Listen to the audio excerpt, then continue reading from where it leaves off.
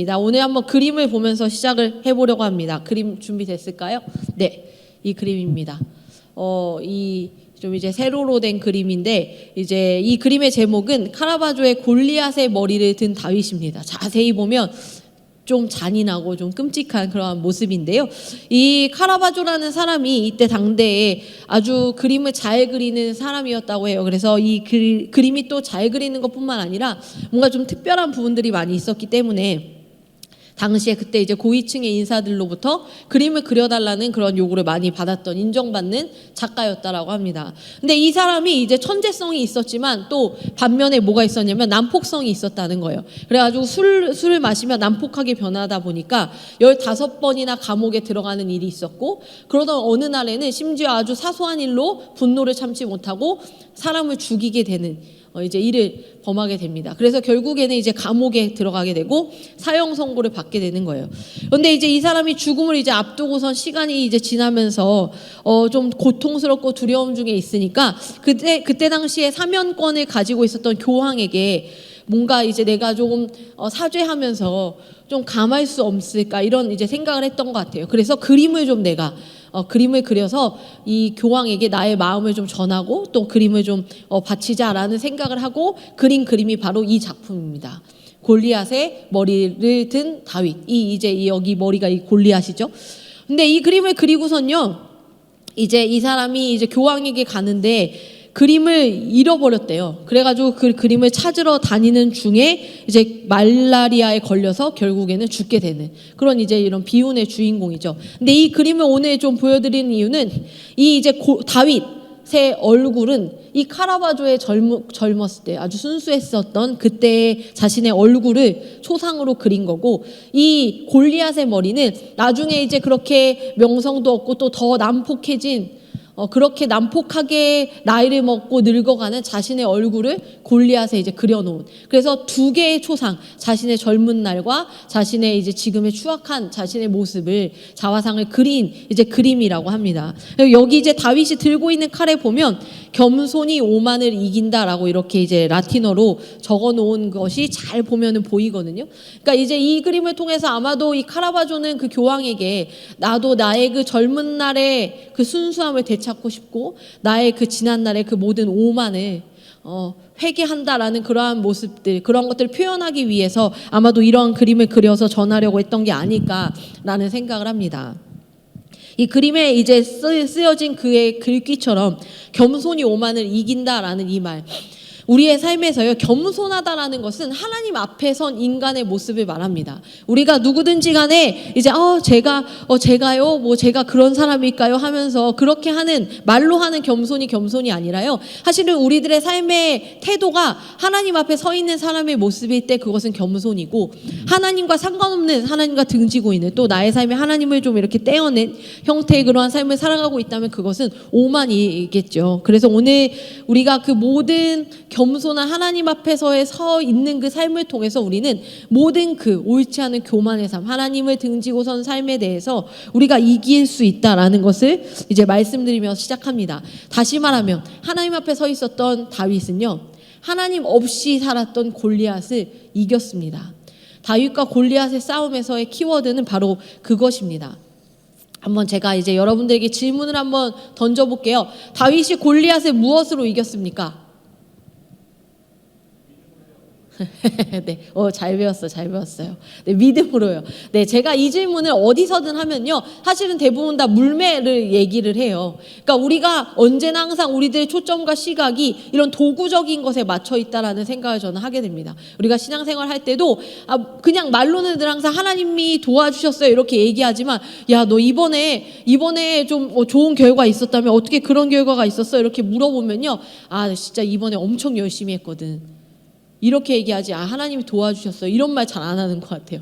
하나님이 나와 함께 하신다라고, 하나님이 날 도와주십니다라고 어떤 이제 그 지식적으로 이렇게 고백할 때는 습관적으로 말은 합니다. 근데 우리들의 삶에서 나의 삶에 어떤 일이 있을 때 하나님이 정말 함께 하셨어, 정말로 큰일 날 뻔했는데 하나님 좀 도와주셨어, 이러한 고백들, 또 내가 정말 고민이 많았는데 사실 지나고 보니까 그때 하나님이 함께 하셨던 것 같아, 뭐 이러한 고백이 있잖아요. 이러한 고백들이 우리의 삶에 정말 있는가? 어찌 보면 우리의 삶에 그냥 나의 삶에 하나님은 저쪽 영역 어디에 모셔다 두고 그리고 나서 나의 삶에서는 나의 힘과 나의 능력, 나의 도구, 나의 것들로 살아가고 있지는 않은지. 그래서 우리는 다윗과 골리앗의 싸움을 다윗의 도구인 물매로서의 싸움이 아니라 하나님을 믿는 믿음으로 싸워낸 그 이김, 승리라고 이야기를 할 수 있을 것 같습니다. 사실 오늘의 본문은요, 제가 이제 다윗을 제가 신약에서는 베드로나 바울의 얘기를 많이 하고 구약에서는 다윗의 얘기를 저는 좀 자주 언급하는 편이에요. 그러다 보니까 오늘의 본문을 마주하면서 너무나도 잘 알고 있는 이 본문, 특히나 저는 근래 들어서 다윗을 언급한 적이 많은데 나는 어떠한 포인트로 하나님 오늘의 말씀을 전하는 게 맞을까요? 라고 고민하고 이제 말씀을 계속 보는 중에 계속 주어지는 그러한 마음들, 특별히 오늘 이제 아까 서두에 있었던 우리 찬양팀과 함께 했던 그 찬양의 가사 중에서도 계속해서 이 단에 올라오기 직전까지 주시는 그러한 인사이트가 저에게 있었던 것 같아요. 그러한 말씀들을 오늘 좀 더 라이브하게 전하게 될 것 같은데요. 먼저 오늘 사무엘상 17장 8절에서 10절 말씀을 보도록 하겠습니다. 8절에서 10절. 네. 그가 서서 이스라엘 군대를 향하여 외쳐 이르되 너희가 어찌하여 나와서 전열을 벌였느냐? 나는 블레셋 사람이 아니며 너희는 사울의 신복이 아니냐? 너희는 한 사람을 택하여 내게로 내려보내라. 그가 나와 싸워서 나를 죽이면 우리가 너희의 종이 되겠고 만일 내가 이겨 그를 죽이면 너희가 우리의 종이 되어 우리를 섬길 것이니라. 그 블레셋 사람이 또 이르되 내가 오늘 이스라엘의 군대를 모욕하였으니 사람을 보내어 나와 더불어 싸우게 하라 한지라. 오늘 말씀에 방금 읽은 말씀에 보면요, 이 골리앗이 이제 외치는 거예요. 골리앗이 서서 이스라엘 군대를 향해서 외쳤습니다. 야, 나는 이 블레셋 사람이고 너네는 사울의 종들 아니냐. 이제 너네 중에 한 명 나와서 대표로 나랑 맞짱 떠, 이런 얘기인 거죠. 그렇게 하면서 나랑 싸워서 나를 죽이면 우리가 다 너희의 종이 될게 라고 이야기하면서 모욕을 하고 있는 중입니다. 근데 이제 아주 재밌는 게요, 이 골리앗이 사무엘상 17장에 등장을 하거든요. 근데 한번 성경을 17장을 한번 읽어보세요. 거기에 보면 골리앗이 실제로 누구를 죽였거나 어떤 힘을 막 발휘한 어떤 사건들이 없어요. 그러니까 골리앗이 서서 계속 말을 해요. 그렇게 말을 하고 그렇게 외치고 막 이런 것만 하거든요. 물론 이제 죽일 사람이 앞에 나타나지 않아서일 수도 있지만요, 중요한 건 뭐냐면 이 8절, 9절, 10절의 말씀을 듣고 11절에 뭐라고 되어 있냐면 11절, 사울과 온 이스라엘이 블레셋 사람의 이 말을 듣고 놀라 크게 두려워하니라 라고 되어 있어요. 사울과 온 이스라엘이 블레셋 사람의 어떤 죽임을 보고, 블레셋 사람의 힘을 보고, 블레셋 사람이 어떠한 일을 한 것을 보고 놀라 크게 두려워한 것이 아니라요, 이 말을 듣고 놀라 크게 두려워했다라고 이야기를 해요. 우리의 삶에서 우리의 삶을 넘어뜨리는 가장 큰 골리앗은 무엇일까요? 우리의 삶을 넘어뜨리는 골리앗이 무엇일까요? 저는 이제 그런 생각을 했어요. 더 나이를 먹을수록 돈일까? 돈이 어느 날 갑자기 막 예를 들면 부도가 나고 이러면은 돈 때문에 막 무너지고 힘들까? 건강을 잃게 되면 건강 때문에 무너지고 힘들까? 그런데요, 돈을 잃는다는 건 돈을 좀 가지고 있을 때 잃는 개념이 나타나죠. 대부분의 사람들이 막 잃을 만큼 가지고 있지는 저는 않는 것 같아요. 그럼 돈은 그렇게 큰 골리앗은 아니다. 그렇다면 건강은 어떨까요? 물론 건강을 잃으면 정말로 무너지죠. 근데 건강을 잃는 중에서도 그 하나님께 은혜를 구하며 하나님 앞에 더욱더 나아오는 많은 성도님들이 살면서 보아왔습니다. 그렇다면 그러한 큰 일들에 있어서는 그래도 대부분 하나님을 찾고 이겨내는 것들을 많이 보는데, 우리의 삶의 진짜 골리앗이라면 그게 뭘까? 말입니다. 말. 여러분들 살아오시면서요, 여러분들을 매 순간 계속 괴롭히는 게 뭔지 아세요? 누군가의 말이에요. 말. 제가 이제 학교 다닐 때 봤던 무슨 영화인지 영상인지 뭔지 되게 이상하고 제목도 기억 안 나는 이상한 아무튼 영상이 하나 있었는데요. 이제 제가 그때 기독교육과 학생회 편집국장으로 있었거든요. 그때 이제 MT를 준비하면서 어떤 영상을 만들려고 참고해서 보려고 저런 영상 자료들을 보다가 발견한 건데 이런 거예요. 제목이 기억 안 나요. 아는 분 있으면 이따 얘기 좀 해주세요. 어떤 한 사람이 숟가락을 들고 다니면서 어떤 한 사람을 계속 숟가락으로 때리는 영상이에요. 아는 사람 있나요? 계속 따라다니면서 숟가락으로 때려요. 되게 이상하죠. 그래서 결말이 어땠는지 기억이 안 나는데 그걸 보는데 시름시름 보는 제가 되게 죽어가는 거예요. 처음에는 뭐야 이게 뭐야 이렇게 봤는데요, 이 숟가락 하나로 계속 사람을 때리니까 이 사람이 죽을 수도 있구나 하는 그런 되게 이상한 영상이었어요. 이 숟가락이요, 작지만 이걸 계속 같은 데를 때리면요 사람이 아프죠. 그리고 계속 아프다 보면요 시름시름 앓아요. 그리고 앓다가 죽거든요. 말이 그런 것 같아요. 우리의 삶에서 많은 사람들이 말로 우리를 계속 숟가락이 되어서 말로 계속 두드리거든요. 대부분 어떤 사람에게 어떤 말을 듣잖아요. 근데 그 말을 들을 때 우리가 그 말에 반응하는 어떤 포인트가 있어요. 모든 말을 다 견디기 힘들어하는 건 아닙니다. 저도 그래요. 저도 뭐 웬만한 말 다 변죽 좋게 그렇죠, 그러실 수 있죠, 죄송해요 이런 말 잘하거든요. 근데 어떠한 말들을 들을 때는 진짜 되게 잘났네 아주 막 이런 생각이 들 때가 있어요. 기분이 확 상하고, 그리고 기분이 순간에는 상하지만 시간이 지날수록 마음이 어려워지고, 그 마음이 어려워지는 게 지나잖아요. 목사이니까요. 저는 어떠한 일들이 있냐면 그렇게 마음이 어려워지다 보면요 이 목사라는 직분에 대해서 고민하는 순간까지 와요. 그 말이 뭐라고, 그 한마디가 뭐라고, 제가 계속 내가 진짜 이 일을 하는 게 맞을까? 내가 왜 이런 말을 듣고 살아야 돼? 뭐 이런 생각을 하는 거예요. 말이라는 게 그렇게 무섭습니다. 내가 그래도 꽤 오랫동안 버텨온 삶의 자리를 한순간에 흔들어 놓는 거예요. 내가 이 일을 안 하면 나 이런 말 안 듣고 살아도 되잖아. 근데 이 일을 안 하면 또 다른 말을 듣고 살겠죠. 그런데 그때 당시에 그 말을 듣고 싶지 않은 거예요. 그 나를 아프게 하는 말, 나를 힘들게 하는 어떠한 말들이 우리의 삶에 골리앗이 되어 돌아오고요. 우리의 삶에 나를 정말 무기력하고 어떠한 능력도 발휘할 수 없는 존재로 만듭니다. 오늘 골리앗이 그랬던 거예요. 골리앗의 이 선포는요, 골리앗이 어떤 힘을 가지고 있어서라기보다, 물론 힘도 있었겠죠. 그리고 키도 어마어마하게 컸어요. 대략 한 3m, 정확하게는 280에서 285cm 정도에 되는 키예요. 근데 그 사람이 그렇게 큰 키로, 그렇게 큰 목소리로 막 모욕을 읊어대는데요, 사람들이 거기에서 분노했지만 너무 두려워서 나갈 수 없었다고도 되어 있지 않아요. 분노조차 하지 않는 거예요. 너무너무 두려워요.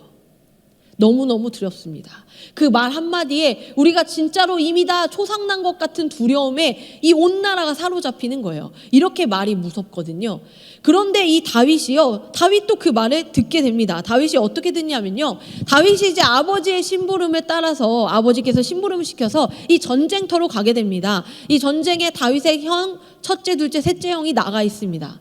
그리고 다윗은 아마도 이때 추정하기를 이때 당시에 전쟁이 20세 이상부터 나갈 수 있었기 때문에 20세 미만이었을 거다. 그렇게 이제 양을 돌보는 시절에 이 다윗이 아버지가 너 이거 좀 싸갖고 가서 너희 형들 잘 있는지 좀 보고 오고 증표를 갖고 와, 잘 살아있는지 뭐 하면서 이렇게 얘기를 하는 거예요. 그래서 아버지의 염려를 덜어드리고 아버지의 심부름으로 형들을 만나러 이 전쟁터에 가는 겁니다. 다윗이 갔습니다. 다윗이 갔는데요, 거기에서 다윗이 갔을 때에 골리앗이 마침 뭔가 또 이런 모욕하는 말들을 하는 것을 다윗이 듣게 되는 거예요. 그러면서 26절에 다윗이 이렇게 이야기합니다. 다윗이 곁에 서 있는 사람들에게 말하여 이르되 이 블레셋 사람을 죽여 이스라엘의 치욕을 제거하는 사람에게는 어떠한 대우를 하겠느냐? 이 할례받지 않은 블레셋 사람이 누구이기에 살아계시는 하나님의 군대를 모욕하느냐라고 이야기합니다. 처음으로 분노한 사람이 나타났어요. 그리고선 이렇게 얘기하는 거예요. 이 할례받지 않은 블레셋 사람, 이거 보세요. 이런 거예요. 저 정말 덩치도 어마어마하고 목소리가 쩌렁쩌렁하고 칼만 한 번만 휘두르면 100명을 쳐 죽일 것 같은 저 사람이 누굽니까? 라고 묻지 않았습니다. 그 골리앗을 이 명명하는 다윗의 말투만 봐도 이 다윗은 골리앗에 대한 두려움이 그에게 없다라는 것이 느껴져요. 이 할례받지 않은 블레셋 사람, 저게 누군데 쟤 저렇게 큰 소리 떵떵 치는 거야? 라는 거죠. 할례받지 않은 블레셋 사람이라는 것은 하나님도 모르는, 하나님을 믿지 않는 저런 어리석은 저 블레셋 사람이 누구냐라고 묻는 겁니다. 그리고 분노하는 거예요. 어떻게 살아계신 하나님의 군대를 모욕할 수 있냐라고 분노합니다. 같은 이야기를 들었습니다. 골리앗이 외치는 같은 이야기를 들었어요. 그런데 누군가는 다 두려워 떨고 도망가고 싶죠. 그런데 누군가는요, 그 말을 듣고 분노하고요, 의분을 갖고 또 내가 무언가를 해야겠다라는 마음을 먹는 겁니다. 엄청 어려운 일이죠. 사실은 저는요, 이 현장을 늘 상상해봐요. 내가 이 현장에 있으면 누구일까? 다윗이면 좋겠지만 또 다윗이 아니어도 될 것 같다는 생각도 할 때가 있어요. 정말로 물매를 잘못 던지면 어떡하지? 그러는 순간 그 골리앗의 칼에 휘둘려서 그냥 순교를 하는 거 아니야? 뭐 이런 상상을 해본 적도 있거든요. 굳이 다윗일 필요가 있을까? 우리가 이 현장에 있다면 누구라도 다윗이기보다는 나머지 그 군중 속에서 떨고 있는 누군가일지도 모르겠습니다. 저는 그러한 모습을 지금도 많이 봐요. 우리들의 삶의 자리에서 제가 정말 싫어하고 그렇게 하지 않으려고 노력하는 것들 중에 말만 하는 겁니다. 말만 하는 거. 말만 뚫어지게 잘하는 거. 저 그거 되게 조심하려고 늘 노력하거든요. 이 사회에 대한 모습들을 보면서도 또 얼마 전에 있었던 이런 이제 투표를 하면서 정치에 대한 이야기들을 할 때에도 그리고 누군가 사람들을 대할 때에도 항상 말은 그렇게 할 수 있지만 그래서 그 일을 위해서 그 사건을 위해서 이러한 일들을 위해서 무엇을 했냐라고 항상 고민을 하려고 노력하는 것 같아요. 만약 내가 어떠한 일도 하지 않았고 말로 평가만 하는 사람이라면 안 하는 게 낫겠다라고 생각할 때도 많습니다. 그렇게 우리의 삶에서 어떠한 일을 행한다는 것은 참 어렵습니다. 그런데 다윗은요 분노하기 시작했어요. 근데 여기서 또 하나의 소리가 들립니다. 28절 읽어볼까요? 28절에 큰형 엘리압이 다윗이 사람들에게 하는 말에 들은지라 그가 다윗에게 노를 바라여 이르되 네가 어찌하여 이리로 내려왔느냐 들에 있는 양들을 누구에게 맡겼느냐 나는 네 교만과 내 마음의 완악함을 아노니 네가 전쟁을 구경하러 왔도다 라고 이야기합니다. 자 보세요. 다윗이요 골리앗의 이야기를 들었어요. 다행히도 골리앗의 이야기 1단계는 넘었습니다. 2단계가 옵니다. 자신의 형, 첫째 형의 이야기죠. 엘리압이요. 다윗이 이제 골리앗에 대해서 관심을 갖는 이야기를 듣고 가서 이야기하는 거예요. 화를 내면서 이 조그만 게 어디 와가지고 쓸데없는 소리하고 앉아있어. 너 양들은 어쩌고 왔어? 이 건방진놈 같은 이라고? 너 어렸을 때부터 항상 그랬어. 뭘 믿고 까부는 거야? 뭐 이런 거예요. 이러면 막 형이 엄청 뭐라고 하는 거예요. 여러분들 생각해 보세요. 여러분들 집에 계신 그 언니, 누나, 형, 오빠 그런 분들 또는 아빠 엄마 이런 가족들이 막 무시하는 이야기 들을 때 그 이야기 들을 때 나 발끈하고 자존심도 상하지만 또 그 말이 틀리지도 않을 때도 있고 뭐 이러잖아요. 근데 다윗이요 그 말을 들어요. 형이 막 뭐라고 하거든요. 근데 다윗이 어떻게 합니까? 그렇게 형이 말하지만 그래도 자기는 계속해서 이 골리앗이라는 존재가 준 이 모욕에 대해서 잊지 않는 거예요. 형이 이렇게 얘기했어요. 그때 맞다 맞아 나 양 돌봐야지. 아버지가 시킨 심부름이나 하고 돌아가야지. 내가 주책이야 내가 뭐 나가서 뭐라도 할 수 있을 거라고 착각하는 이런 교만함 같으니 아이고 이렇게 했으면 거기서 끝났겠죠. 근데 다윗이 그 말을 듣고도요 그래도 골리앗에게 나아갈 생각을 합니다. 그리고선 이제 사울이 그 이야기를 듣게 돼요. 뭐? 다윗이라는 애가 골리앗한테 나가겠다고 한다고? 불러와 라고 하면서 이제 사울 왕이 불러요. 이제 3단계입니다. 사울 왕에게 다윗이 갔습니다. 다윗이 갔더니 사울 왕이 뭐라고 이야기하냐면 이렇게 이야기합니다. 야, 저 골리앗은 태어날 때부터 저렇게 길러진 사람이야. 아주 장수라고. 너 같은 친구가 상대할 수 있는 사람이 아니야. 우리도 뭐 우리라고 뭐 안 나가고 싶겠냐? 여기 다 봐. 이 군사들, 이 장수들도 다 못 나가잖아. 근데 네가 나가겠다고? 이 막대기를 들고 이렇게 이제 얘기를 하는 거예요. 거기서 이제 현실 직시 자기 직면 우리는 이제 현타가 오는 순간이겠죠. 그런데 그 순간에 다윗이 그 얘기를 듣고 뭐 어쩌라고요? 뭐 그럼 저 말 듣고 가만히 있어요? 하나님의 군대를 모욕하는데 어떻게 가만히 있습니까? 그러면서 다윗이 얘기해요. 저요. 저 이런 거 하나도 안 무서워요. 저요. 양 돌볼 때 있잖아요. 하나님이 이랬는데요. 저랬는데요. 이런 일이 있었고요. 저런 일이 있었다니까요. 하면서 막 얘기를 해요. 그러면 이제 그리고 나서 사울이 얘기해요. 그래 가라. 하나님이 너와 함께 하시길 빈다. 저는 이 하나님이 너와 함께 하시길 빈다라는 이 사울의 말이 어떻게 읽어보면 사울이 정말 간절하게 빌어주는 건가 싶다가도 또 어떻게 보면 그래 너한테 그렇게 항상 도와주셨다니 참 다행이다. 자 이번에도 그러게 비마 하고 이렇게 하는 건 아닌가? 라는 생각을 하면서 읽어봤을 때도 있어요. 어쨌든 이 1단계 골리앗의 모욕, 2단계 형의 모욕, 3단계 사울의 자기 직면 이 세 가지의 이야기들을 다 들었습니다. 그런데 1단계를 듣고 두려워하지 않고 분노를 가졌고요. 2단계를 듣고도 그 분노를 잊지 않았습니다. 그리고 3단계를 듣고 자신은 더욱더 확신에 차서 그래 난 진짜 해야겠구나 라고 마음을 먹고 자기에게 익숙한 모습대로 골리앗 앞에 나아가는 사람이 바로 다윗입니다. 여기에서 우리는요, 어떠한 말을 듣느냐가 굉장히 중요하다는 이야기를 여러분들에게 드리고 싶었습니다. 우리가요, 오늘 말씀의 제목을 제가 뉴페이스라고 이름을 지었어요. 뉴페이스. 이 어떤 새로운 얼굴의 등장이라는 겁니다. 사실은 사람의 입장에서 볼 때는 뉴페이스죠. 이 일로 결론부터 말하면 다윗은 골리앗에 무찌르잖아요. 다 아시는 것과 같이. 그리고 이 일이 기반이 되어서 사람들은 다윗을 자신들의 그 다음 왕으로 마음에 품게 되고요. 그렇게 이 사건 때문에 사울은 다윗을 시기하게 되어 다윗을 죽이고 싶어하는, 그래서 끝까지 쫓아다니는 그러한 일들도 생기고요. 이 이후로 다윗은 더 피곤한 삶이 되었습니다. 그러나 그 피곤한 많은 삶의 검증들이 지나고 나서 다윗은 진짜로 실로 왕이 되었는데요. 이 사건을 계기로 양을 돌보던 목자였던, 이 양치기를 하던 목자였던 다윗은요, 이스라엘이라는 민족을 돌보는 왕으로 나아가게 되는 거죠. 사람들의 입장에서는 뉴페이스입니다. 와, 어디서 있던 사람이지? 오, 다윗, 이 사람 이름을 왜 그동안 몰랐지? 뭐 어디서 양을 돌봤다고? 아니, 어떻게 양을 어떻게 돌보길래 이런 용감한 사람이 있어? 사람들은 이렇게 관심을 가졌을 겁니다. 그런데 하나님의 입장에서는 어찌 보면 뉴페이스가 아니라 하나님의 입장에서 준비된 어떠한 사람이지 않았을까요? 하나님의 계획하심 속에 하나님이 부르신 사람입니다. 우리가 아까도 찬양했던 것처럼 하나님이 우리의 삶의 자리에 부르시는 그 순간들이 다윗에게 있을 때에 다윗이 그 순간 어떻게 선택하고 어떻게 결정하였는가, 사람들의 말 1단계 듣고 2단계 듣고 3단계 3콤보를 들은 다음에 넉다운이 된 것이 아니라 그 가운데도 그가 듣는 하나님의 음성은 내가 너와 함께 한다, 내가 너를 승리케 하겠다는 그 하나님의 주셨던 날마다의 확신, 그 말씀 안에 거하는 이 다윗은요, 이 3단계의 말이 아무리 울림이 될지라도 중요하지 않았습니다. 자, 그렇다면 여기에서 우리는요, 이것을 볼 수 있어요. 우리가 교회를 다닐 때 늘 듣는 단어 중에 소명이라는 단어가 있습니다. 소명이 뭘까요?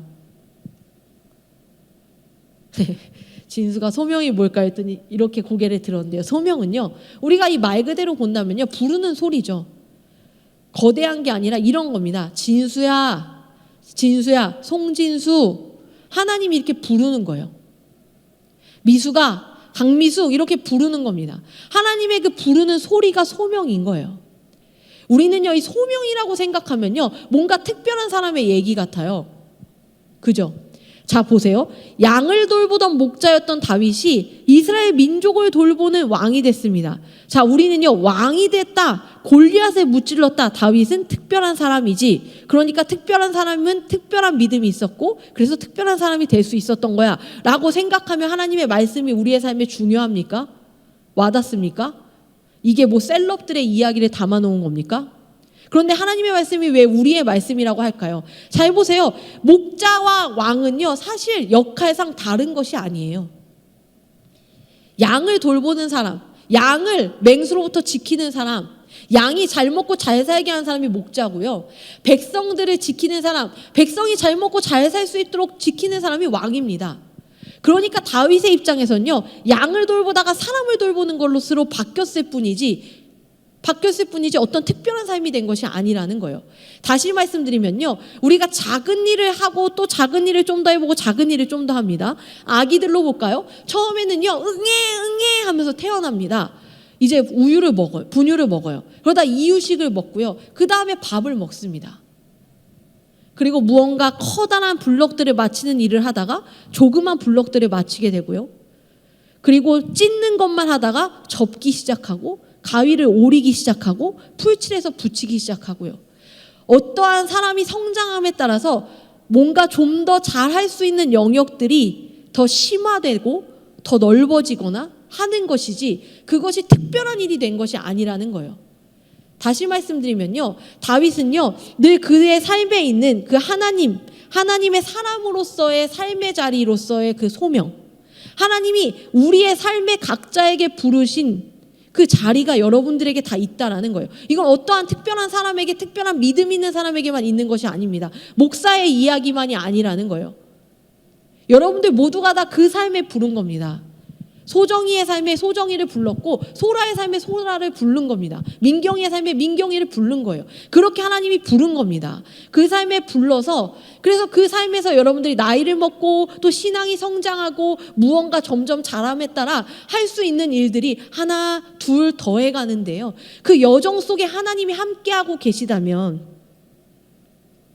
그 여정 속에 하나님이 함께하는 그 과정 속에 있다라면 우리가 사실 다윗의 삶과 뭐가 다를 수 있습니까? 그것이 바로 소명이라는 거예요. 그렇다면 그 소명, 부르신 자리에서 우리가 그 역할들을 감당할 때에는요, 우리가 중요한 게 있습니다. 아까도 말씀드렸던 대로 그 소명의 자리에서 집중하면서 살아가려면요. 자, 여러분들의 삶의 자리 지금 어떠한 자리세요? 누구와 함께하고 계시죠? 어떠한 이슈가 여러분들의 삶에 지금 있습니까? 그것들을 하면서 산다고 생각해 보시라고요. 저도요, 제가 목사일 때는 야, 목사다, 나는 하나님이 부른 사람이야 이렇게 생각하고 집에 가서 엄마일 때는 그냥 엄마로서 있는 게 아니라요, 엄마일 때도 하나님이 엄마로 부른 거고요, 딸일 때도 딸로 부른 거고요, 아내일 때도 아내로 부른 거고요, 목사일 때는 목사로 부른 거고, 친구들에게는 친구로 하나님이 부르신 삶의 자리를 살아가고 있습니다. 그렇게 살아가는 것이죠. 그런데 그렇게 살아가려면요, 우리가 하나님의 부르심, 누구야? 주녀가 이렇게 부르는 그 하나님의 이름, 하나님이 부르시는 그 이름의 소리를 우리가 듣고 반응하는 거예요. 왜 듣고 반응하냐면요, 양이 목자의 음성을 따라 움직인다라고 하잖아요. 하나님이 부르는 소리를 따라 움직이는 게 인도하심을 따라 가는 겁니다. 그런데 그 인도하심을 따라가기 위해 잘 들어야 한다는 거예요. 아까 보셨잖아요.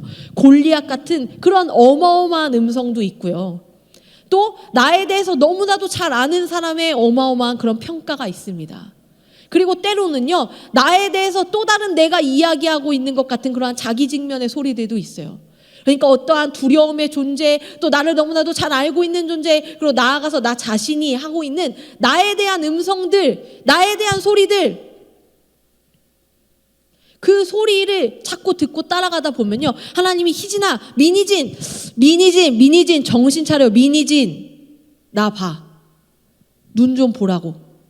지금 누구 말 듣고 있는 거야? 왜 그 말 때문에 흔들리고 있는 거야? 나 봐, 내가 너의 하나님이야, 잘 봐.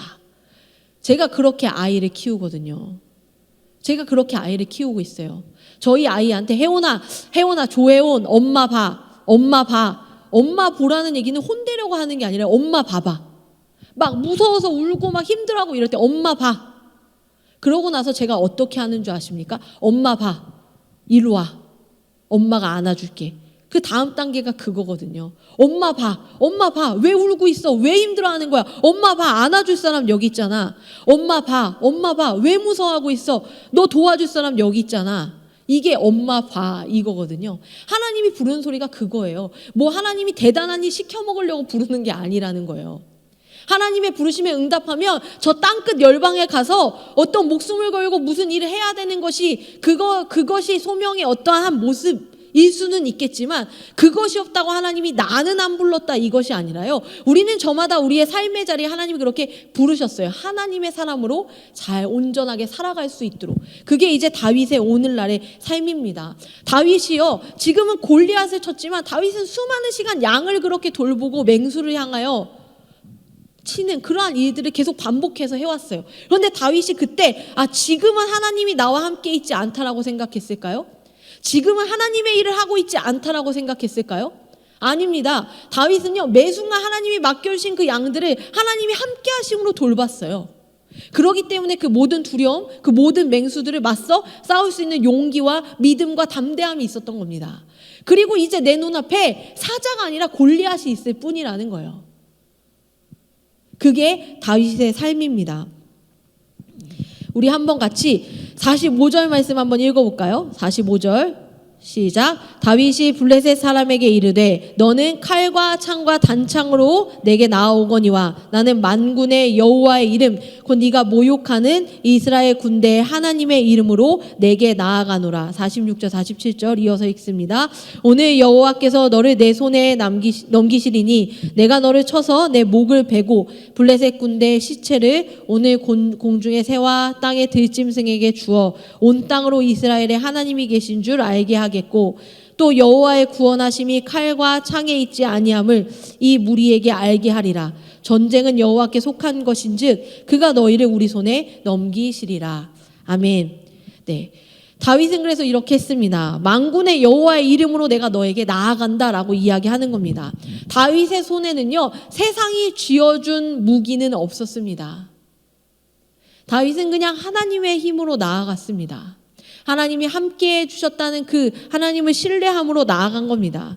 그리고서 46, 47절에 이렇게 이야기해요. 그렇다면 목사님, 하나님이 자신의 삶으로 부르신 그 하나님의 사람으로 살아가는 소명이 뭡니까? 라고 물으신다면 46절, 47절에 답이 있습니다. 이렇게 나오죠. 블레셋 군대 시체를 오늘 공중의 새와 땅의 들짐승에게 주어 온 땅으로 이스라엘의 하나님이 계신 줄 알게 하겠고 또 여호와의 구원하심이 칼과 창에 있지 아니함을 이 무리에게 알게 하리라. 전쟁은 여호와께 속한 것인즉 이렇게 되어 있잖아요. 이 세 가지를 살면서 나타내는 사람이 그 소명에 따라 살아가는 사람이에요. 1번 온 땅으로 하나님이 계신 줄 알게 하는 사람. 2번 여호와의 구원하심이 칼과 창에 있지 않다라는 것을 알리게 하는 사람.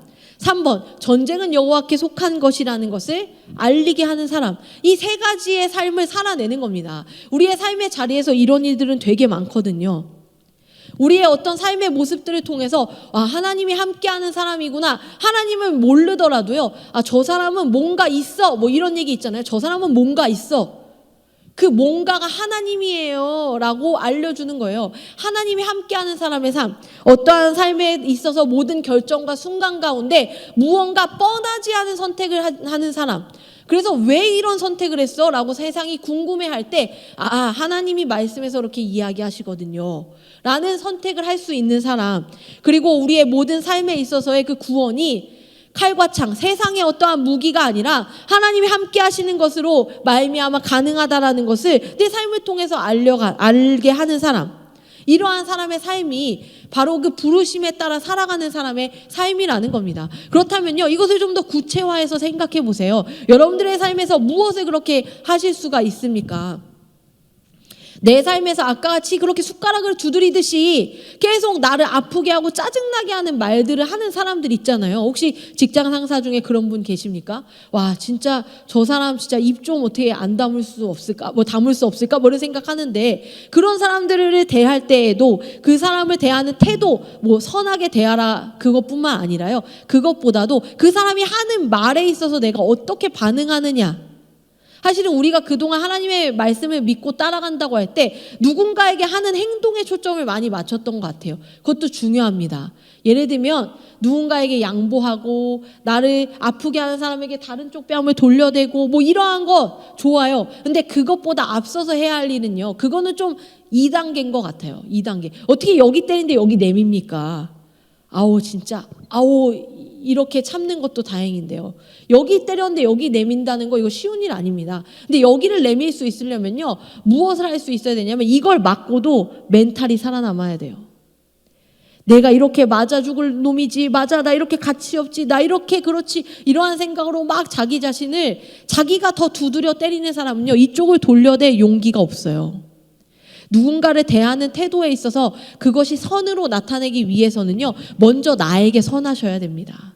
누군가가 하는 말, 세상에 하는 일들에 대해서 여러분 스스로가 먼저 여러분 자신에게 선하게 대하세요. 여러분 스스로 아파하고 여러분 스스로를 죽이지 마십시오. 여러분 스스로가 그 말들 때문에 정말 그러한 사람이 진짜 아니라니까요. 어려운 거 알아요. 저도 늘 그런 말에 흔들리니까요. 제가 담임 목사님께 얼마 전에 그런 얘기했어요. 목사님, 저는요 사람들의 평가나 사람들의 말이 되게 중요해요. 그렇게 말씀드렸어요. 조언을 구하기 위함이었습니다. 담임 목사님이 이렇게 말씀하셨어요. 나도 그래. 그 말에 전 되게 위안을 받았어요.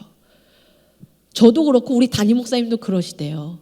그런데 우리가 그러니까 대부분 다 그렇게 산다라는 거잖아요. 그런데 그럴 때마다요, 우리가 사실 우리 스스로를 지킬 수 있는 것은요, 그렇게 말하는 사람들에게 그러지 마세요.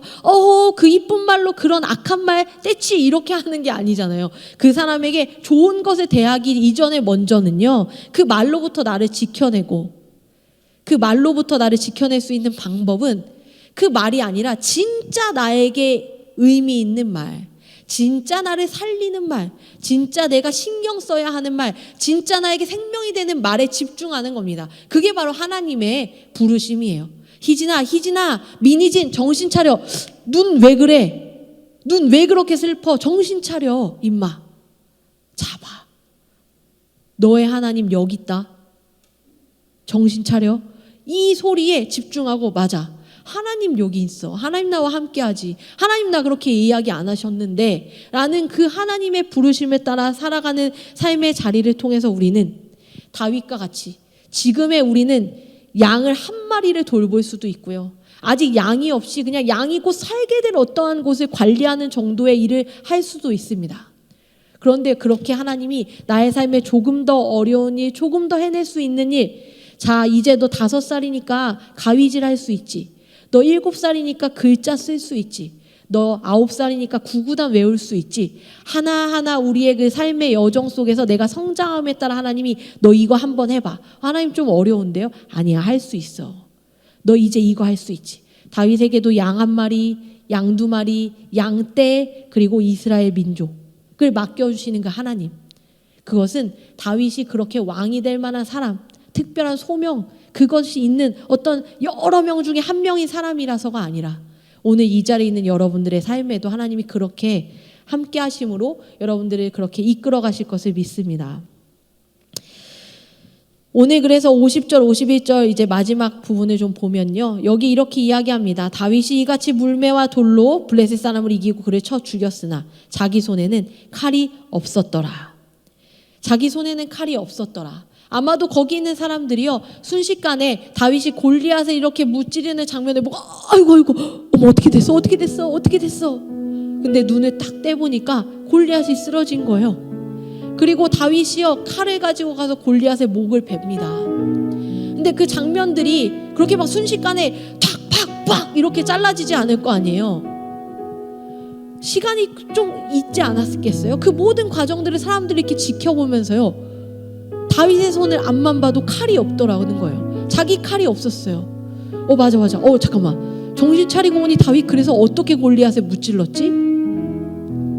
다윗은요 사람들이 무기라고 말하는 이거 하나 있으면 이 세상에서 살만합니다. 이거 가지고 있어야 이 세상에서 무시당하지 않아요. 이걸 좀 챙겨야지. 지금 그 나이 되도록 이거 무기 하나 없어가지고 어떻게 살라고 합니까? 라고 말하는 많은 사람들에게 그게 진짜 무기입니까? 그거로 진짜 할 수 있어요? 칼은요 잘하면 성공할 수 있지만 때가 못 휘두르면 끝나는 일입니다. 그런데 하나님이 함께 하신다는 건요 용기도 주시고요 믿음도 주시는 뿐만 아니라 그리고 심지어 함께 하시고 보호하시는 이런 대단한 능력으로 나와 동행하시는 거거든요. 칼이 들려져 있다는 건요 칼에 나의 능력이 더해져야 돼요. 이 칼을 얼마나 잘 휘두르냐, 얼마나 적시에 얼마나 정확한 위치에 휘두르느냐가 중요하겠지만 그래서 나의 능력이 없이는 칼도 아무 소용 없다라는 거예요. 세상이 쥐어주는 무기는요 결국엔 내가 잘해야 돼요. 내가 그 무기를 잘 쓰고 그 무기를 계속 무기 삼아서 버텨내야 돼. 그게 무기가 되는 겁니다. 그러니까 얼마나 무섭습니까? 이 무기가 무뎌지면 더 좋은 무기를 가져야 되고 더 좋은 무기를 가져야 되고 그러니까 우리의 삶에서 계속 뭔가 더 가져야 되지 않습니까? 그런데 하나님은요 그러지 않아요. 하나님은 무뎌지지 않거든요. 하나님은요 부족해지지 않습니다. 하나님에게 어떠한 한계도 없고요 하나님이 할 수 없는 영역은 없거든요. 게다가 심지어 하나님은요 내 능력이 더해질 필요가 없다라는 거예요. 그냥 하나님을 믿고 하나님 안에만 있으면 됩니다. 그러면 여러분들이 그 삶 안에서 하나님이 부를 때마다 누구야 할 때 정신 차리고 쳐다만 보면 되는 거예요. 다른 거 할 필요도 없어요. 하나님 일로 와 안겨 그러면 안기고요 나 함께 가자 하면 손잡으면 돼요. 그리고 그렇게 가면서 하나님 이거 하나님 함께 하시는 거 맞죠? 맞아 그러니까 믿고 따라와. 지금 눈앞에 아무것도 없는데요? 에이 맞다니까. 눈앞을 보지 말고 나를 봐. 하나님 이거 진짜 좋은 길 맞아요? 그럼 내가 너 망하게 하겠니? 그러한 하나님의 소리에 귀 기울이시면서 그 손 잡고 하나님과 함께 걷는 여러분들이 되시기를 바랍니다. 그 소명의 자리, 그 부르심의 자리, 그곳 가운데 여러분들이 잘 서 계신다면 하나님의 입장에서는 인도하심을 따라 사는 삶이고 세상에서는 뉴페이스가 될 겁니다. 그런 여러분들의 삶이 되기를 간절히 축복합니다. 우리 함께 같이 이 시간에 찬양했으면 좋겠는데요. 시선이라는 찬양입니다. 나의 삶의 자리로부터 눈을 들어 하나님을 보고 나에게 들려오는 소리로부터 귀를 닫고 하나님의 소리를 듣는 삶을 통해 우리의 삶에 하나님의 일하심이 나타날 줄 믿습니다. 우리 같이 믿음으로 찬양 고백하겠습니다.